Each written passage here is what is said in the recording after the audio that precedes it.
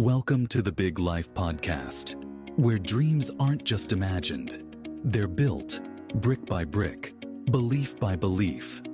Hosted by Neal Oates Jr. and Robin Lewis, this show is your invitation to discover your amazing capabilities, invest in your growth, and unleash your potential in ways you've only dreamed of. Join Neal and Robin as they dive deep into stories, insights, and tools designed to inspire you to show up big, live intentionally, and give yourself away for the betterment of those around you. Get ready to rise to what you're truly worthy of. The Big Life starts now. Welcome to the Big Life Podcast, ladies and gentlemen. Robin Lewis, Neal Oates Jr. Mr. Lewis, are you ready for this one, sir? Good morning, sir. Man, I'm always ready when I get together with you. I feel like that's a broken record, but yes, I'm excited, man. I'm excited to add value to empower our listeners today. Well, as am I, and today's going to be a good one because we are going back to our friend, Dr. John C. Maxwell, and we're going to look at one of his small but mighty, powerful books, Make Today Count. And we're going to really just dive into three principles, three of his daily dozen, as he calls them. And we'll talk about that in a moment. But here's the whole idea of what Make Today Count means, right? It's all about living intentionally and making the most of each day. So let's just start right there, even before we talk about those three principles. Living intentionally and making the most of today, Robin Lewis.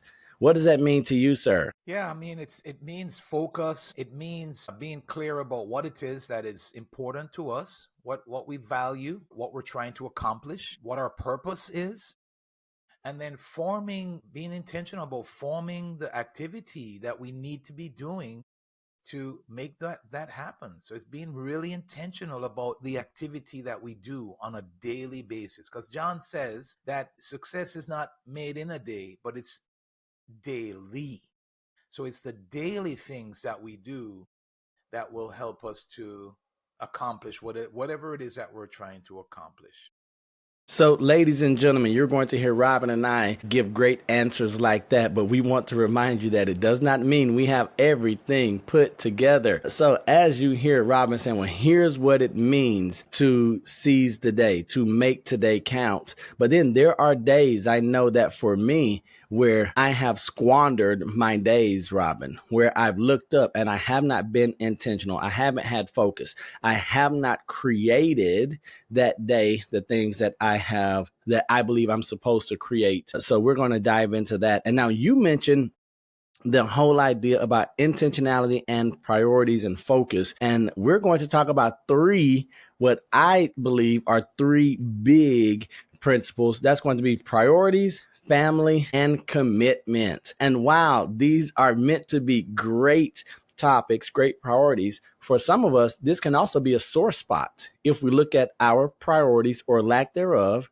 our family or a broken family, and then either the commitments that we've kept or we've broken. So just from an overarching side, I know these are three big ones, and I know I'm going to share some stories, some ideas that have happened recently. But priorities, family, and commitment, what do you think about those three when you just hear from the daily dozen: priorities, family, and commitment?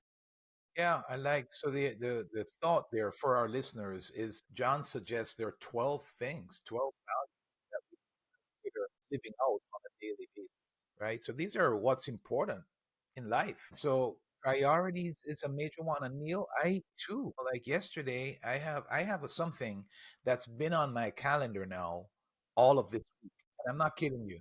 I've made a little progress with it, but like today is the day. I need to get it done, right? And actually, sir, it's something that I actually mentioned to you from the last time you and I spoke. So you'll know Mm-hmm. exactly what it is. So priorities is a big deal. If we can really make priorities, set priorities, and then live them out, practice them, and I don't want to get ahead of ourselves, but in other words, that's a major subject. Family is, come on. I mean, that's our number one team right there. That's our number one people. And so yes, it's very easy for me to get so caught up because I serve people. It's very easy for me, and Mm-hmm. I've erred on the side of serving those outside, and to the detriment of my family. And so I think it's a good to keep that in consideration. And then it's all about commitment. So I love the three. And by the way, Neal chose these three.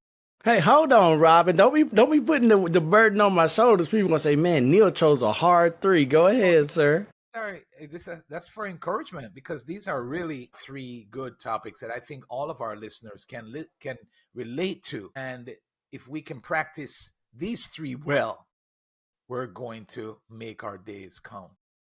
So, Robin, what you know that our audience don't know is that when I chose these three, I was like, oh, these are going to be three great, powerful talking points, great topics, great principles that Dr. Maxwell that we believe in.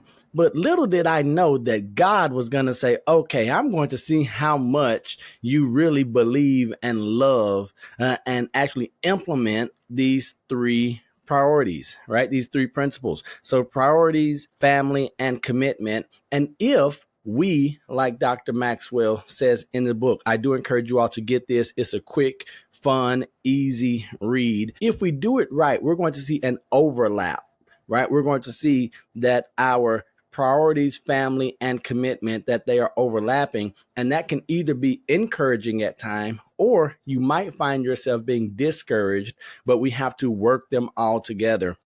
So let's start with priorities, Robin. So I have here that in today's world of distractions, it is vital to focus on the right things to make each day count. And I know that we, like, just today, it's so easy to be distracted. We have the world in our pocket or our purse. We have the world coming into our four walls, what could and should be our sanctuary.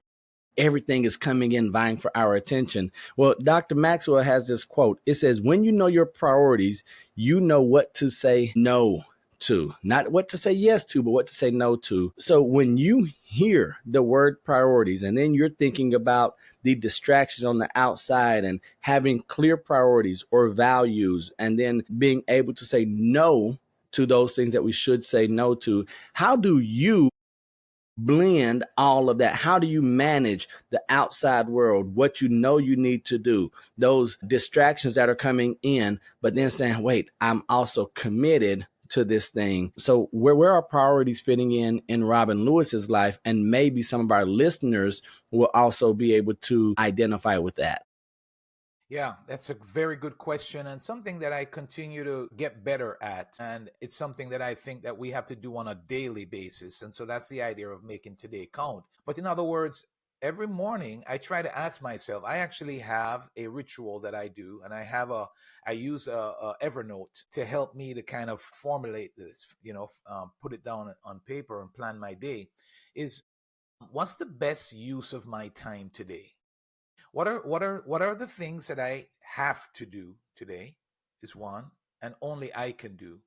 But then, what's the best use of my time today? Because I agree, what happens for me, Neal, is that there's so many things that can get my attention. This is the point.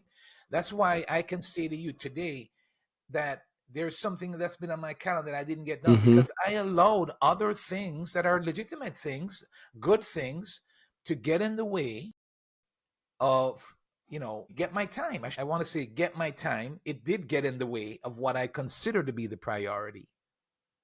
And I want our listeners to hear that. So here is somebody talking to you about this, and I'm sharing with you one of the reasons why we need to do this is because if we don't, we can allow the important to not get done. And you're somebody saying to you, even when you do it, you can allow the important to not get done. So Neal, Mm-hmm. that part of it, I think we do need to talk about also, is what are we doing? What are you doing, Robin, to ensure that you're actually living the priority out? You're actually accomplishing them, because that's So right there, Robin, I know that this is something that you and I hold very dear and we value. So one, being efficient and effective with our time, keeping our priorities, but we're also honest enough with ourselves to know that left to our own devices, we will fail, right? And not a huge failure, but we will get off track. We will drift. And so we have set, so like you mentioned, you have this ritual in the morning that you go through, make sure that you're running that to keep your mind focused.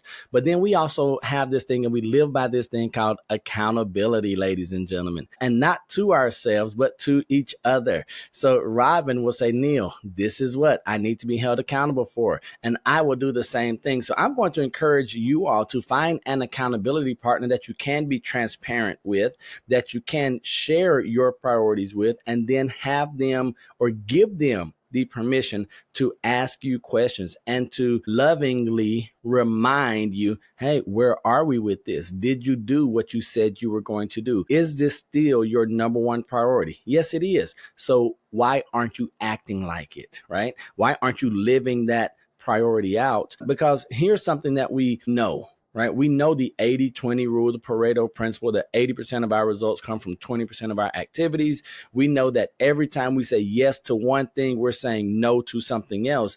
I think we just forget, Robin, right? I think we forget that if I say yes to 15 or 20 minutes of TV instead of 5 minutes of focused work, that there's going to be a cost. There is going to be a loss associated with that. And so I think it's key for us. I think it's important for us to remember that on a consistent basis and remind ourselves and our success or accountability partners of that. Now, you mentioned the whole idea of living out, making sure that we live out the priority. What do you mean by that? Yeah, we get it done, right? In other words, we're not Simple and alone. plain. Get it done. Let's Get go. it done. And something that I was reminded as I consider this subject that I know I can apply to myself is tackle it first thing. So that thing that I was saying to you, that I have allowed the distractions to get in the way of making it happen this week. I need to schedule that first thing on my calendar.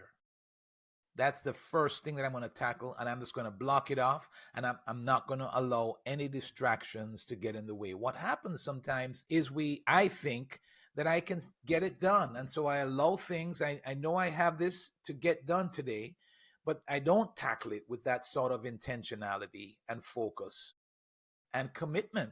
It's funny. A commitment ties into this idea of getting it done, is making it the first thing that I actually do and not take on anything else until it gets done.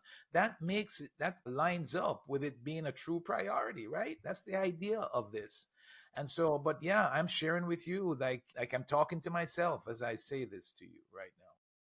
So a couple of things come to my mind there. First, I think of Brian Tracy and Eat That Frog. So making sure that you just go ahead, the ugly thing or the most important thing, you just attack that first thing in the morning, first time of your day, so that once you get that hard or necessary thing done, everything else is downhill after that. But then I also think of where I have been saying things are priority, but I haven't been living them out, right? So I'm with a group of guys and we got to do something like 100 push-ups, 100 crunches, 100 jumping jacks every day.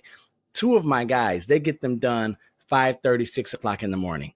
Two of us, this guy included, we slide in around 10:55, 11 o'clock at night. Now, I say, I'm going to get it done in the morning. I'm going to be one of the guys. Guess what? Today, I still haven't gotten it done, right? And I said, okay, this is something that I am going to improve on to show that it's a priority. Because here's what I know. If I were to do it in the morning, the energy in which I do it would be totally different. It would be an elevated energy. I would probably reap the rewards of it all day. Same thing with my Spanish lessons. Yes, I'm learning Spanish. I'm going to commit. I find myself last minute before midnight trying to get in 2 or 3 minutes of Spanish instead of the 20 minutes that I've told myself. So I have a public record that I will be doing my push-ups and my exercises in the morning. And now I will be doing my Spanish lessons in the morning so that I can show and live out that it is a priority. So Robin, And I think, by the way, Neil, Yep. if you would allow me to, because I think this is the essence of what John is talking about here, and I want our listeners to hear, is that even though I'm sharing with you an area where I allowed a priority to get, I treat it like it's not a priority. Let's put it simply that way. What John is talking about here is the fact that our future is determined by our daily habits, and priorities is one of those habits that we want to do daily. So we're imperfect people, right? We're perfectly imperfect people, but if we have the daily habit of it, it's going to help us be that much more effective than anything else. So Neil mentioned some of his habits that he does on a daily basis. I have habits that I'm doing well at, that I'm doing on a daily basis, right? One of them is reading, right? I read every day. And so the point is that those daily habits that we form, we make them priorities, and then we practice them, is what determines our future. And so that's the big point there I don't want our listeners to miss. Absolutely. Thank you for clarifying that, Robin. So now we're going to go from priorities and we're just going to continue on our journey to family. And the reason why family is in the middle of, for me, priorities and commitment is because priorities, commitment, if family is right there in the middle, we're going to see a connection to all three. But John Maxwell says something about family. Family is not just important, it's everything. You open up this podcast by saying that family, that's our number one team. That's where it is, right? That's where it is right there. But it's easy for us to maybe improperly prioritize our family, right? You mentioned it in your desire to serve, to do a good thing, a great thing outside. We've neglected what's right here, shoulder to shoulder, right? We've neglected what's inside of the walls. And here's what I do want to mention to our listeners and our viewers is that family is whatever you make it. So you might not have a biological family, but you might have a loving community that is your family. We're asking you to prioritize that family, whatever your family is. And then you're here with us on the Big Life. You're part of our Big Life family, right? And so we want to make sure that as we go into this, keeping in mind Dr. Maxwell's viewpoint that family is not just important, it's everything. We're going to talk about why that is and how that can impact our priorities and maybe some of the commitments that we make in our life. So, Robin, I have a good idea, but I don't want to steal your words. What is family to you? Well, I think I love the way you put that. I do have family, blood family, but I think John is talking about here inner circle. All right. So those that are closest to us. So it does not only mean blood family, but our inner circle, people that we care about the most.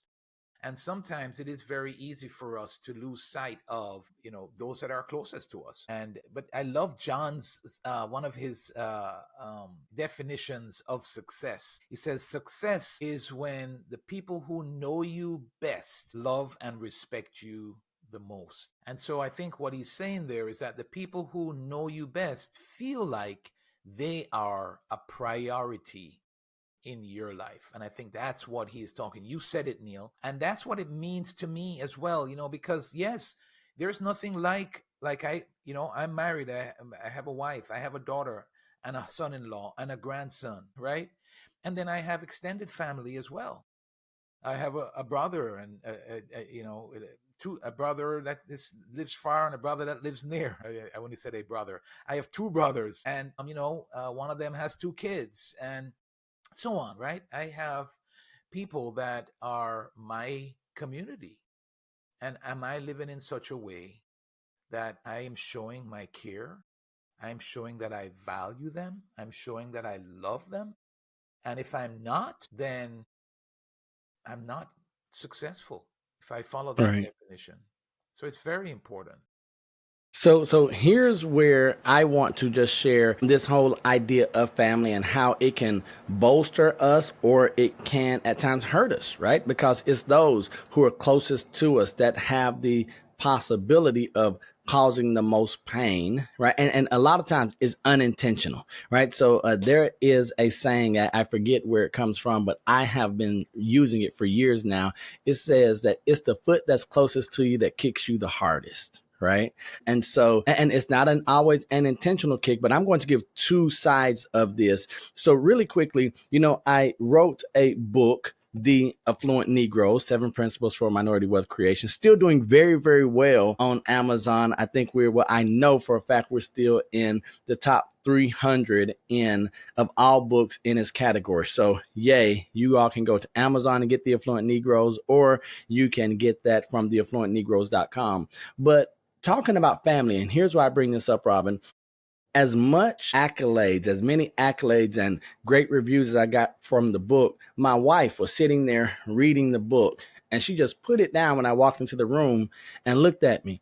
And she said, man, I've seen you live this stuff out, right? Our entire relationship, these principles, I have seen you live. And for me, as a husband, I'm sitting here and all of a sudden my chest gets big and I'm like, man, like, I don't think there is a greater sense of accomplishment or source of strength than seeing your family appreciate you, right?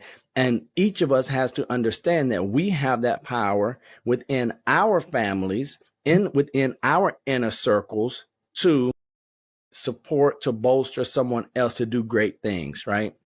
But then on the other side, if we aren't careful, we have the power to harm and to hurt and to inflict pain, even if it is unintentional, on those who love us the most. And so recently I was dealing with something where I had this weight on me, and it was because, Robin, I made family a priority, right? And then if you really make something a priority and you see things aren't going the way that you believe they should go, or that it could be detrimental for your family members, is going to pain you. And it pained me to the point where I had to get on a video call with none other than my accountability success brother, Robin Lewis, and say, man, today is not the day, right? So I do not want to make today count, because I am feeling this thing and it's hurting me and it's breaking me. And you had to give me some viewpoints and walk me through.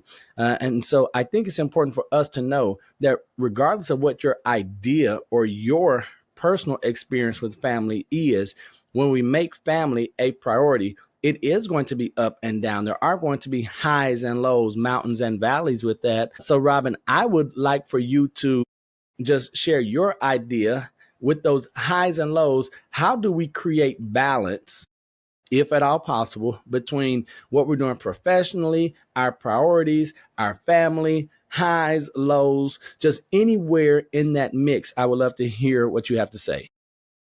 I love that. So you're talking about the practicality, and I'm going to share some ideas on that. But I want to just quickly highlight, what you said. So you and I did have a conversation, what Neal just described. And one of the things that I would love for our listeners to hear is that example, Neal, you actually were troubled, and you did make your family a priority, and you wanted to work this out yourself before you even went about trying to help others.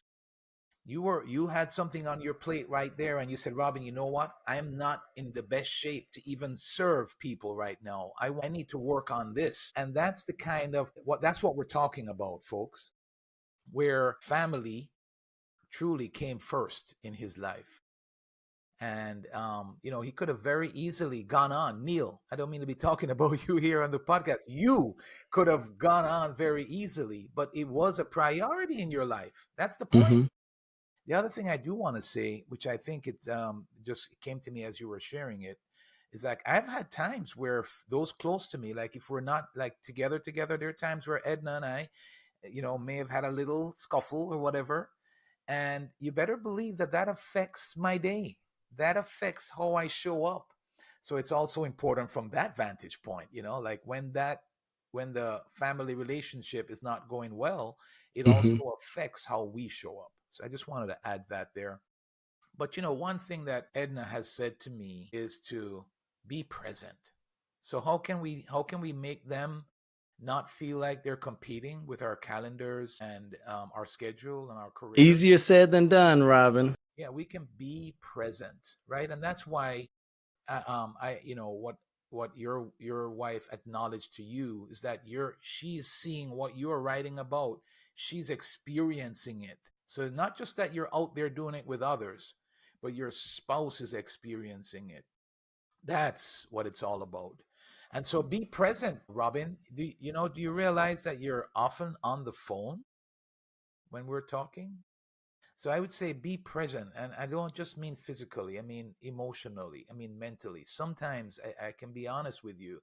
Sometimes I'm listening, but I'm thinking about something else. My mind is somewhere else. I need to be very intentional about being there, present mentally. Put down my phone, get rid of the distractions, make eye contact, and listen without multitasking. So that's one of the things that I would say that we practice with our inner circle is to be present.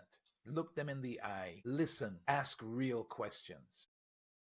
So, really quickly, Robin, I found that there are a few things as important to my family as scheduled time, right? And I know it seems corny or like, man, you really have to calendar or schedule time with your family. So there's this thing that happens every Thursday night at 7:30 is date night. Now, wife knows that 7:30 Thursday, she's on my calendar.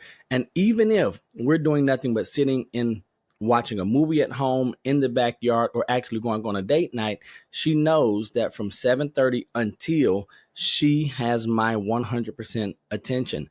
We know that on Saturday mornings, we're going to do some things, or we'll block time with our son and say, okay, from here to here, you're going to get to do whatever you want with us. So we might watch some anime movies, we might listen to some music, but I believe that there's this saying that most people spell love Time, right? And you mentioned making sure that we're fully engaged there. And if we have the time of our inner circle of our family, that's going to alleviate many issues and it's going to show them that they truly are a priority, and it's going to actually be us living out instead of just saying that they are important to us. So really quickly, another quote from Dr. Maxwell. He says, a successful life begins with a successful family. Now that might hit some of us and it might hurt, right? We might look at our family, whatever your idea of family is, and you look around and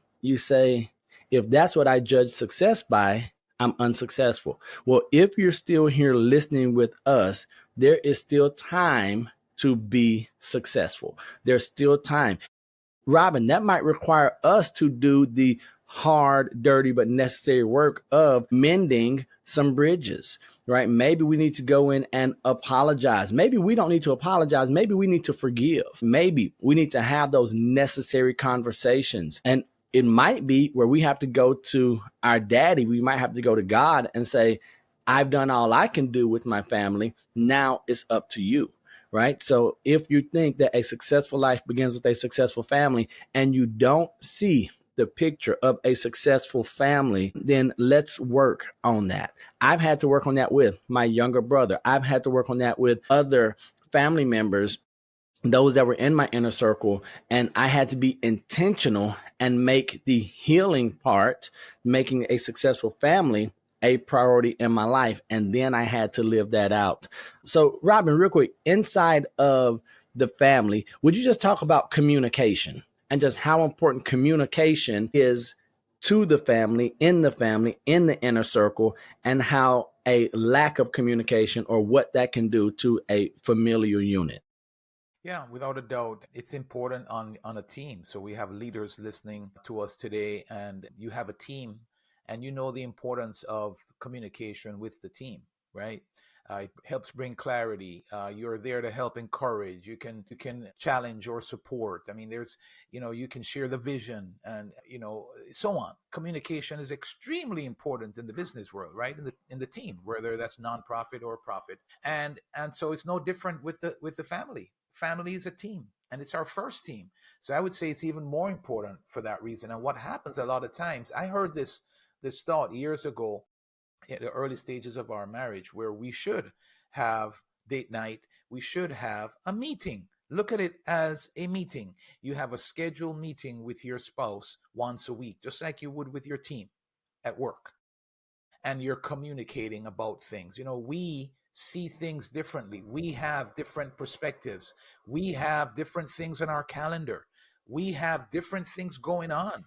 And the more that we can be together is the better it's going to be for us. And the more effective each of us would be individually and as one. And so communication is so important. If I don't take the time to do it like I should, it affects our relationship. It affects our effectiveness. And so it's a major importance.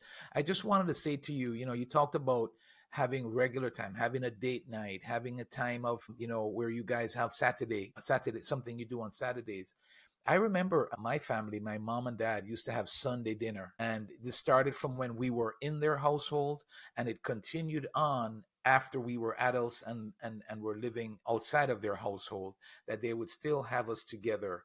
And that's the same concept of what you're saying. So anything that we can do like that, folks, maybe it's a Saturday morning breakfast with your spouse or with your family. Maybe it's a Sunday afternoon lunch or dinner that you do with your family. Have special, significant times that you create to make those types of connection. It's such a good reminder, and it's so good. It's so effective. Because that's going to show your family that they are a priority and that you are committed to them. So let's roll into this 4-letter word, this ugly one, or the superpower called commitment. Sure. Just want to repeat that question. I want to challenge our listeners with that question. So our listeners, we want you to ask yourself, would my family say they feel like a priority in my life? That's our challenging question for you to ask yourself. Would your family say, and be honest with yourself, there are times where I've had to say no to the answer to that question. Where are you now? Right? That's the idea, our listeners. Would your family say that they feel like a priority in your life? Thank you, sir. My pleasure. And one way that we can live out the priority of our family is using this whole idea of commitment. Now, depending on your relationship with commitment, some of our listeners heard commitment and shirked back just a little bit. Others were like, yeah, I'm Mr. or Miss Commitment. Commitment to personal growth, professional success, all of that is important. So here's a quote from Dr. Maxwell. Commitment is the foundation of great accomplishment. Commitment is the foundation of great accomplishment. And then in here, like there are things such as commitment versus motivation, right? Motivation gets me hyped up. Commitment says that I'm going to stay locked in even when I don't feel like it. And so for me, I believe that this is where the good and the bad meet, right? And what I mean by that is that I am committed to some things to the point that if I'm not careful, I will allow my commitments to cause my family to not feel like a priority. Right. And you mentioned this very early in the episode, Robin, that it doesn't mean that we're committed to the wrong thing or a bad thing. We might be committed to something that is just out of order at the present time. Yeah, right. And then on the other side, the good thing is I am committed to some really great things, and I have to make sure that I keep those commitments, because if not, life happens and then I forget, and I don't become an evil or bad person. I just become a human being, and I just drift ever so slightly, and I look up and I say, wait, my priorities, am I still committed to those priorities? Am I still keeping those promises that I made to myself? And it started like with my example of exercising. I was a early morning exerciser. Now in the morning, I get up and read. Now, not that reading is bad, but I know that the way I'm supposed to do it with my commitment that I made to myself is exercise, read, devo, and then start my work. But I have cut out the exercise. I've read, devo, and I'm starting work earlier and earlier because I believe I have to get more done. But then on the back end, I'm suffering, right? So it's all getting done, It's just not being done in the order that I believe is going to be most efficient. And I'm not giving my physical health that priority so that I can show up better for my family. Right. Yeah. So when we talk about commitments, Robin, what's your relationship with commitment? Give me some ideas, some thoughts that you have on the subject, sir. Yeah. You've done well. What I hear you saying is that maybe you got it out of order, but you're still honoring your commitments, and I think that's what it's about. What I would like to say is that we're in the second quarter here to our listeners, and for myself, if you haven't taken the time to review the first quarter of 2025, that's when we're recording this. I want to encourage you to do that because we made some commitments. We have some goals that we made, right? Maybe it's New Year resolutions that we made, and so now, after, so we're already in the second quarter here. Let's go back and review and make some adjustments. I think the point there is that commitments is about following through with the things that you determine you're going to do. And the reality is that we get distracted. We Mm-hmm. just talked about that when we talked about priorities, right? It's the same thing that I'm saying here. I have gotten distracted and allowed things to get in the way of my commitment to making that priority happen. So commitment is so important because, Neal, what you're demonstrating is that before the end of the day, you are getting those exercises in, whatever it is that you say you're doing every day. That's what commitment is all about. Sometimes it might be at the last moment, the last few minutes before 12. Commitment causes us to take that time and get it done. There are many times where I've had stepping goals, measuring the number of steps that I'm taking. And sometimes at 11:50 at night, I'm outside doing steps, or sometimes I'm even inside my home, walking around my home to make sure I get the number of steps in. But I appreciate at the end of that day, at the end of that time, or the next day, that I honored that commitment. So, commitment is about doing the things that we say we're going to do, even when it isn't convenient, even when it isn't pleasant. I remember you saying the other day, it was a different subject, but you said something along the lines that's so fitting today, even in the rain, right? So, in other words, even in the difficulty, even when things are not going so well, and it could be very easy for us to not go. That's what I see as commitment, and it sets apart. It sets apart people apart, those who achieve and those who don't. It's commitment because there's always going to be something that's going to try and get in the way. So, Robin, on that, and you segued perfectly to this, how do we continue to hold on or have that resolve to keep our commitments? And the reason I ask is today, and it's no knock on society, but it's a reality. If we look around, commitment is unusual, right? We have been trained to do what's easy, to take the path of least resistance, to maybe just follow the herd. If you change your mind, well, you have the right to change your mind and to break a promise because no one's going to really care. Some things have changed since you made the commitment, right? What are some practical things that we can do to be committed? Even when that feeling changes from the time that we made the commitment, how are you doing that to say, all right, well, I know that it's not popular. I know that it is not easy, but I'm going to keep doing this thing. Yeah, so you remember now you're asking somebody who just admitted to you a few minutes ago that I have a priority that I determined that I have not honored that commitment, right? I have today to make sure that I get it done. So, one of the things that I would say is you mentioned it already, just have accountability. So, share your commitments with somebody, have people in your life. I think it's so important.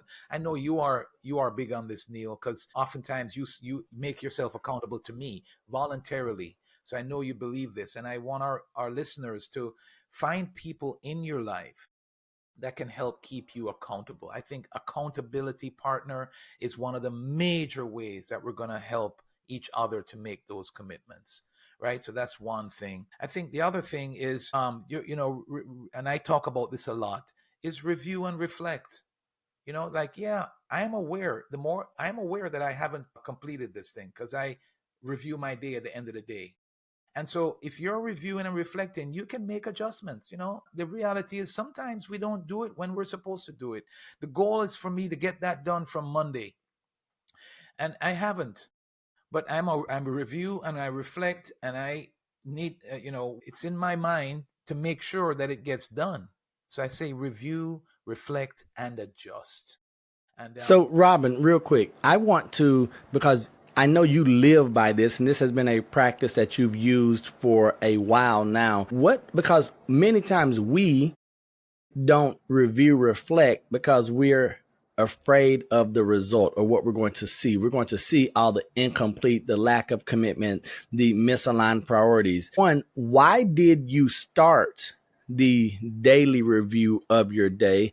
And then how would you encourage us? What would you say to us to get us to begin that practice? Because you've mentioned it so much that I know it has had a profound impact on yourself, on your life, what you get done, what you're aware of. So where did that start, and how would you encourage us to adopt that practice? such a good question. And yes, it's the kind of thing that I would want my kids to know. Those closest to me, I would want to encourage them to do this. And I learned it from John Maxwell years ago, right? So it's funny we're talking about making today count. But experience is not the best teacher.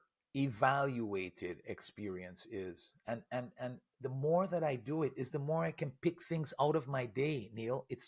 I enjoy doing it now because there's some things that you don't get. Folks, hear me on this. There's some things that you don't get unless you stop and take the time to review and reflect. Sometimes there are things that jump off the page at me because I took the time to stop and reflect, that if I did not, it would not have. And that's about learning. Maybe it's Mm-hmm. about picking up on something that you missed that you should not have missed. Maybe it's about picking up on something that you messed up on that you need to completely change. It's also picking up on things that you did really well that you should celebrate and encourage yourself with. And so taking the time to review and reflect helps us to make the most of our experiences on a daily basis. So Robin, you mentioned, and I know I'm doing the same practice. I have my journal, and I'm not just like using it like a diary. I'm using it as an after action review, an AAR, where I'm saying, okay, what were we supposed to do today? What did we do well? What did we not like? What are we going to change? But you mentioned, like me, you enjoy doing this because we understand the impact of it. But was that always the case? I know when I started, it felt like I had a lot more losses, right? It felt painful to go back and review my day because this thing called my mind would highlight in big, bold letters every failure, every missed opportunity, every mistake. And the victories were just a whisper, Yeah. right? And so, did you start out loving it, or did you have to grow into that as you started understanding the value of it? Definitely growth. It was one of those things too where I wasn't doing it every day. I was starting the habit. John suggests, I'll just go even further to our listeners, and he suggested that you have a chair, you have a place, whether that's in your home somewhere or in your yard or wherever that might be, some place that you have identified that you're going to do your daily reflection.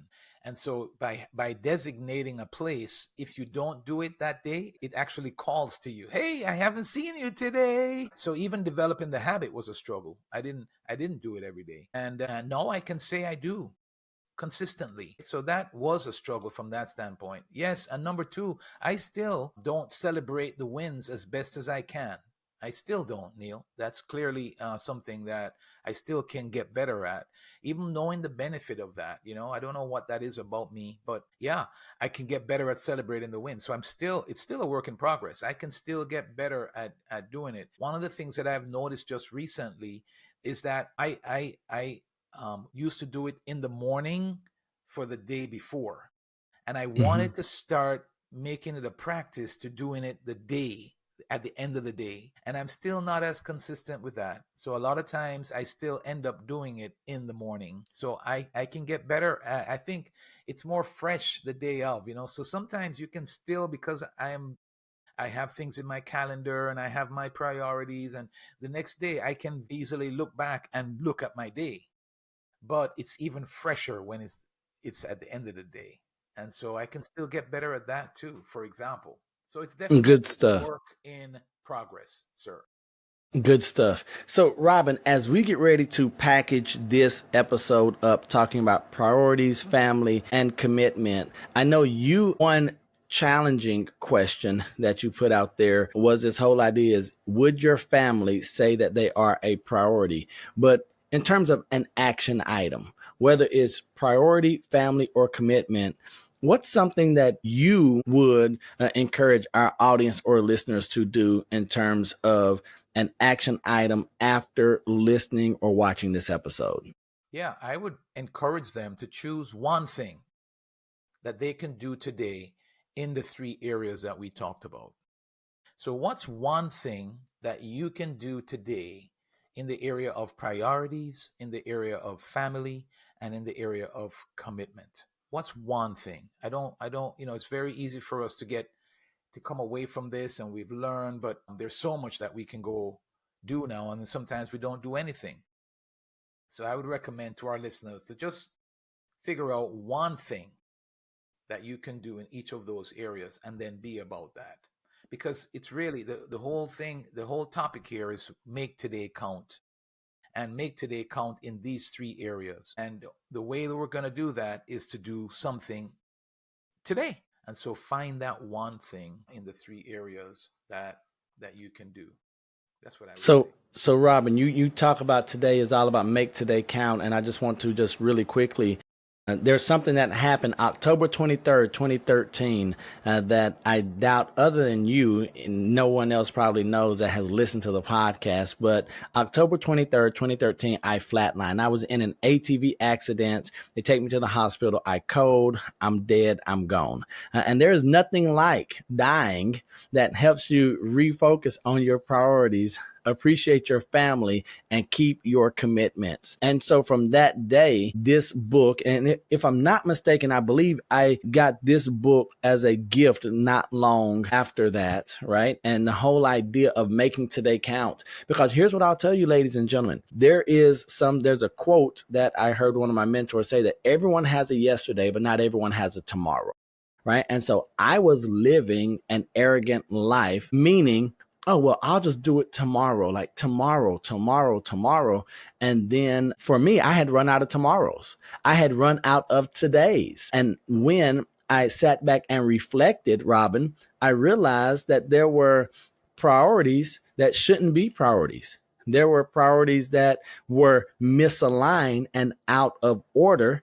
I didn't have my family, or I didn't make my family a priority. I was in the hunt. I was chasing. I wanted to grow and build this big business and make a lot of money. And all of a sudden, when you're gone and your son is 5 years old, guess what? You're like, whoa, my son now, if they wouldn't have brought me back, no longer has a dad. I have to make sure that I put he and my wife in proper priority level, and then the commitments that I make. I'm very careful about what commitments I make, because I know I have to make today count. And so I don't want to commit to something that is unimportant, that should not be a priority.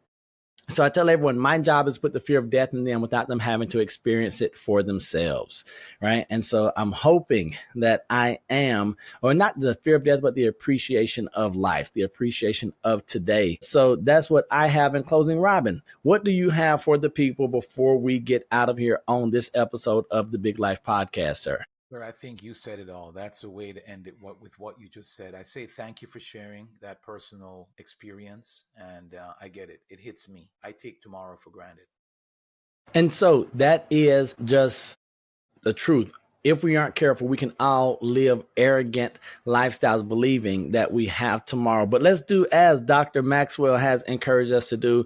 Let's actually make today count. If we make today count, if we have our priorities, our family, and our commitments in proper order, and if we live those out by getting stuff done, showing them that they are important, then we will actually make today count. We'll live a life that we and that others will be proud of. And so Robin and I are grateful that you hung out here with us. Whatever day you're listening or watching this, we hope that your decision to spend some time with us is going to help make today count a little bit more. Remember, we love you. God loves you. There's nothing you can do about it. And until the next time we see you or you see us, we're right there with you. Peace.